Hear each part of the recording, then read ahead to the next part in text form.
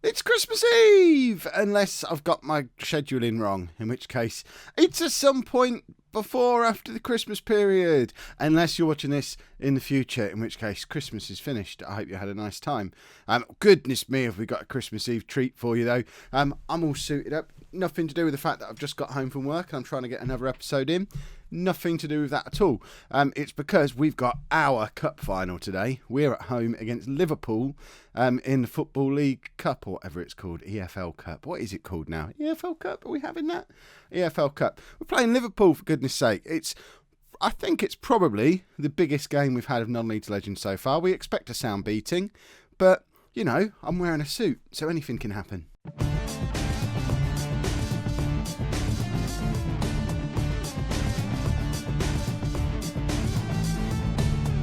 Hello and welcome to Season 6, Part 3 of Non-League to Legend. I'm Kev, and coming up on today's episode, we're at home against Liverpool in the AFL Cup and then at home against Brentford, top of the table Brentford in the Championship. Top of the table Brentford, who have Ted Smith as their third choice goalkeeper. He's not played a game for him yet. It's ridiculous. Since you were last with me, things are still going rather well. We've had a couple of league wins against teams you wouldn't necessarily expect us to beat in Sheffield Wednesday and Middlesbrough. And we find ourselves after 8 games in the ridiculous position of 5th in the Championship. We're 1 point behind Everton, only 3 points off the top of the league. The crazy thing is, if we were to beat Brentford in the game coming up in the second half of today's video, we could actually go level on points with the current top of the table team. If we beat them 3-0, we could be level on goal difference with them as well. That's not going to happen though, is it? Let's not get too carried away with ourselves. We've got Liverpool to take care of first. We're obviously expecting to lose, but it would be nice not to be completely embarrassed. So I'm putting out the strongest team we can assemble from the players we have available to us today. So in goal, we have Norberto Miguel, a back four of Tamelty, Anderson, Jackson and Fowler, with Cool, Amoros and Zelalem in midfield, and Benteke in behind Marriott and Sinclair. We're still in the midst of our little injury crisis. Josh Grant is still out, Letavara is still out, Taylor Crossdale still out, Pike's still out. So, you know, it's the strongest team we can put together in the circumstances. I'm still not massively convinced that we've got enough firepower to put a sustained charge together in the league. But Jerome Sinclair, former Liverpool youth player, I think, if I've checked that right, he's going to want to have a cracking game today. He's 24 years old and never really had a good opportunity anywhere until this season, and he's been having a rather good season for us. So if he can keep going with the sort of form he's been putting together so far, we might be able to spring an upset, especially considering, I mean, we are 6 years in the future. I don't know if I should be recognising that many players at this point. I mean, they're quite low squad numbers, but I think they've got a few kids in the team here. So, you know, we've got a potential opportunity for an upset if we can play as well as we know we're capable of. But we're not going to keep playing that well week in, week out, surely. Oh, wouldn't it be fun to have an upset? Tamelty whips it into Sinclair really early on, and we had the chance to... He's actually had the ball in the back of the net 30 seconds into the game, but Tamelty's offside. I mean, there you go. Start as you mean to go on. Attack, attack, attack. Let's see if we can beat Liverpool. I mean, how ridiculous would that be? Surely, if we manage to beat Liverpool, there's got to be Premier League clubs coming knocking for me, you would imagine. Not that, I don't think I'd go. I want to see how this Southend story ends. Obviously, as soon as we get to the point where it feels like we're treading water and can't push any further with Southend, we'll move on. But at the moment, we're in a playoff spot. I know it's only 8 games into the season. I know it's not going to continue. But, you know, playoffs, Championship, potential for promotion 3 seasons in a row. It's a rare feat, a rare achievement in football. And we've got the opportunity to do it this season if we can keep going with the form that we started this season with. Cool picks the ball up in midfield, finds Marriott, who's obviously forced straight off the ball because he's a League 2 player. Zelalem also can't keep hold of it. And Liverpool are now coming at us now, and they're just all over us. And we have, I mean, they've taken their time getting to that point. It's the 47th minute of the first half before they actually do it. But when they did it, they just thought, oh, actually, I remember now, we're Liverpool. We should probably show Southend we're a Premier League club. And as soon as they decided to, we just couldn't get near them. It was pass into space. No one's getting anywhere near. And whoever he is, Hodgkinson, presumably a youth team player, 1-0 up. Is it... Okay, it's the second half. We had half-time, did we? Was I waffling that much that I missed half-time? How on earth did that happen? I see we're kicking the opposite way now. So they scored just after half-time. So there you go. We had quite a good first half in the end. This Jonah Hodgkinson lad has got his second goal, though. And that's probably going to be that. I mean, we're gonna get a battering now, aren't we? But, you know, we held them for the first half. Miguel's nowhere near that. I wish we could sign a proper goalkeeper. It's going to cost us all season long when we play against teams who are any good. The big thing we've got going in our favour is we're even on possession, and Liverpool haven't created a clear-cut chance yet. So, looking at the stats, it's a fairly even game, separated by the fact that obviously they've got Premier League quality finishing. But other than that, there's very little between the two teams, and that's ridiculous when you consider that most of this squad were with us down in League Two. Right, we'll take Cool off and bring on... Should we bring on Josh Da Silva? He's not played for us yet. And what a game to make his debut. Stick him on there as the box-to-box midfielder, which he's very keen to do. And just have a little look at him. Let's not judge him today. If he doesn't touch a ball, let's not get too carried away. There you go, he touched the ball there. It was a poor touch and almost led to a third Liverpool goal. Hopefully that'll be the only bad touch Josh Da Silva ever has in a Southend shirt. He's our record signing at £500,000, and we've won a penalty with 15 minutes to go. If we can tuck this away, this isn't over yet, everybody. There is a lot weighing on the whole, can we tuck it away? It's Zelalim to take, and again, if they got a youth teamer in goal, Ward, never heard of him, and it's 2-1 with 15 minutes to go. Gideon Zelalim, his first goal of the season. We've got 15 minutes left to do the unthinkable and come back into this game against Liverpool. What a calm and controlled penalty that was. He must be on the verge of getting into the USA national squad now, which we kind of don't want him to do, because presumably that, I mean, he's disappearing off for international tournaments mid-season and stuff like all these non-European internationals tend to do, and we don't really want that because he's such an important player for us. Amoros has won the ball back brilliantly there. Benteke tries to free Sinclair, but he was never going to get past the Liverpool defenders with a pass like that, and they're in behind again. This young lad, Hodgkinson, should have made it 3. He didn't. We're still in this game with 10 minutes to go. Let's make our final substitution. Shall we bring the Man United youngster on? Milan Bars on for Benteke. He's looked good when he's come on. He's obviously not going to displace our captain just yet, but he's got a little bit of a spark of Premier League quality about him. And it's Liverpool. You know, it's going to do his Man United career a world of good to score a goal against Liverpool. And we've still got Sinclair sat there, who's going to be desperate for a goal against a club that never gave him an opportunity. Right, Schiavi finds Bars and he's whacked it into the top corner. I can't even find words. There you go. We called it. We said he's already a Man United legend and he's never played a game for them. Look at this for a finish as well. How much longer is he not going to be starting for us? We might have to have a tactical rethink to get him into the team. I don't want to be dropping Benteke, but when he comes off the bench, he looks so dangerous. Let me know down in the comments, what on earth can we do to our tactics to get Milan Bars into this team? If anyone's suggesting dropping Benteke, I'm amazed, but it might be what we have to do because he's obviously a cut above and does have that little bit of Premier League quality. And our tails are up here and we're in. George Fowler. Oh, it's gone down as a key known goal, but we're 3-2 up against Liverpool. Fowler with the cross. Sinclair was lurking and would have been desperate to get a toe onto it, but the cross comes in and it just sort of deflects off Keane. Their keeper has no idea what's going on. Jerome Sinclair doesn't understand what's just happened. He's just clapping fate. We're 3-2 up against Liverpool in extra time. We looked dead and buried 20 minutes into that second half. We've made a couple of changes. If we can hold on now, this is going to be one of the greatest results in the history of this channel. Obviously, that can't happen, can it? I mean, this is mad. Am I going to have to wear a suit every episode from now on? The Southend story continues. What a team we are.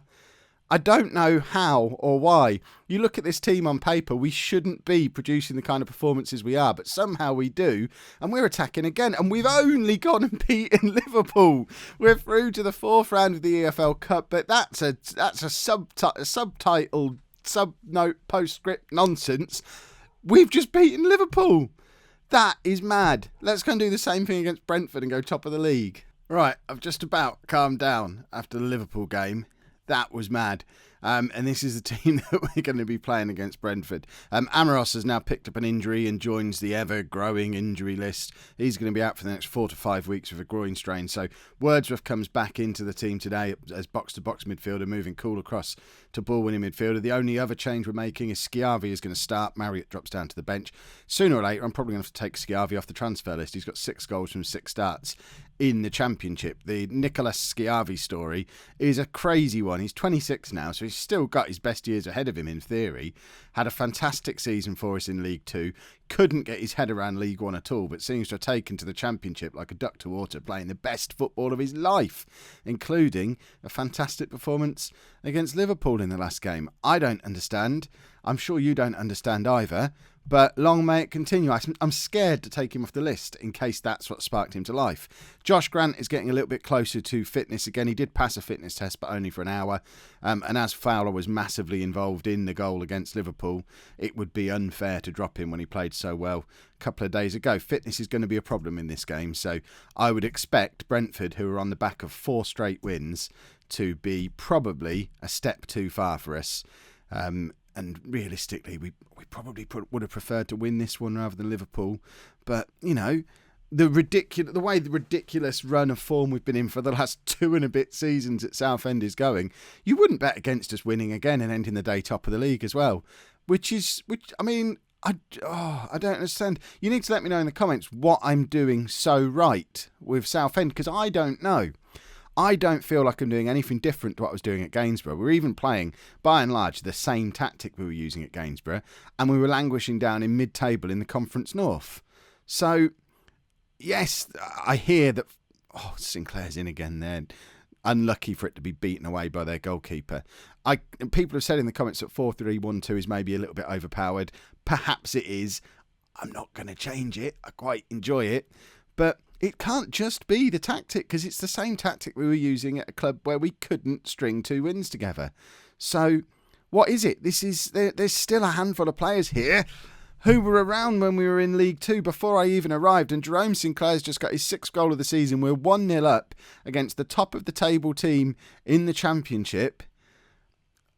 I mean, I'm running out of words to describe how confused I am about what's going on here, because I've never had a run like it. Southend, this is really quickly becoming my favourite ever Football Manager save. Ipswich from last year is going to take some beating. I had a posh save 5 or 6 years ago that's going to massively take some beating. But Southend, it's just clicking. It's ridiculous. Forget that. I'm having a speech where I'm saying how good it is. And they've gone and scored a goal. We'll pretend it didn't happen. And we should lose today. Even if we do lose today, all of that stuff is still true. We've had a fantastic start to the season. Again, we are punching so far above our weight. If you look at the coach reports for these players, most of the squad is considered to be, at best, a good League 2 player. Yet we are holding our own in the Championship. We've just knocked a Premier League superpower out of the League Cup. I don't know. If you know, I'd love it if you'd enlighten me. And I am a little bit worried that as and when we do move on from Southend, which we inevitably will, it's a journeyman save. We're not going to stay here forever. Are we going to be able to sort of keep the run going? Or will moving on from this club burst the bubble and it'll all start to go wrong? Both the fullbacks are struggling today, so they're both going to come off. Field and Grant are sat there on the bench. So, I mean, of all the players in our team, the way we set up, the fullbacks cover a lot of ground and will be justifiably shattered after their exploits midweek. So let's get them off, get the two, potentially the 2 players who are supposed to be our first choice fullbacks can now come on with 20 minutes to go, and we're attacking again. But Brentford had the chance to break on us here. Aaron Cool, what a player, he's in again. Oh, but he's lost the ball there. Tom Field, he's in with a lovely tackle, and I had my doubts on him earlier in the season, but he's starting to look less useless. Wordsworth, what's he doing in a Championship team? But he's heading the ball away. He didn't know how to head when we arrived at Southend. Right, let's make a final substitution. Try and win this game. Jack Marriott. Do I bring Marriott on, or do I bring on Mill and Bars for Schiavi and try? I mean, I don't want to mess around with the system, but you know, I've got Marriott on the bench, and I've also got Bars. We're going to bring Marriott on today and see what happens. But, you know, we're trying to win a game. We've got a Premier League quality player sat there on the bench. We can't get him into the team. That in itself is ridiculous. I really need your help on that one. What do we do about the tactic to get him in the side? Or should I not be worrying about it? As long as we're winning games, let's not worry who's playing for us. At the end of the day, he is a lone player. If he doesn't get the time to develop and become a first-team regular, who really cares? The players who are in the team are our players. And Jack Marriott has just scored potentially the winner in the 89th minute. The man who I agonised about bringing on, because I wanted to bring on the Man United youngster. The lad we signed from Luton for 80 grand because he couldn't get into their team in League One and was on their transfer list, has just scored potentially the winning goal in a top-of-the-table clash in the Championship. And goodness me, it was the winning goal. We've just won both games on this episode. We're up to second. We're level on points with the team we've just beaten at the top of the Championship with almost a quarter of the season gone, or over a quarter of the season gone. No, almost. I don't even understand. My brain is pickled after this. It's baffling and brilliant. There you go. We've got Luton, feel free, have your 8 grand. Because he's been worth it. Look at him. I just don't understand. It's up to 88 grand now. Ooh, was he overpriced at this point? Wowzers. I didn't tell you as well, we earned an absolute ton of money out of the Liverpool game. £250,000 came in, and we've got Watford away in the next round. So, can the run continue in the EFL Cup? That's probably going to be what we see in the next episode, because I am interested to see. In fact, look, we've got a Watford double header. We might do double Watford. That'll get Sports Interactive noticing, won't it? Their team. 2 defeats probably because they're overpowered. Not overpowered at all. Don't be ridiculous, Kev. A little bit of housekeeping. There's not going to be a Non-League to Legend episode tomorrow because tomorrow is Christmas Day. I have something a little bit different lined up for Christmas Day. It's not going to be a gameplay thing. It's more of a channel update, review of the year, plans for next year type thing. So come along for that, and then we'll be back on Boxing Day, probably quite early in the day, maybe a 11 o'clock-ish release. I haven't quite decided. With the next episode of this, which will probably be a Watford double header. I need to go and have a lie down. I need to loosen this tie. I don't know if it's just cutting off a circulation to my brain and none of that just really happened. If you've enjoyed that, and how could you not, make sure you pop a like on there for me. Subscribe to the channel if you'd like to see more, and thank you very much for watching.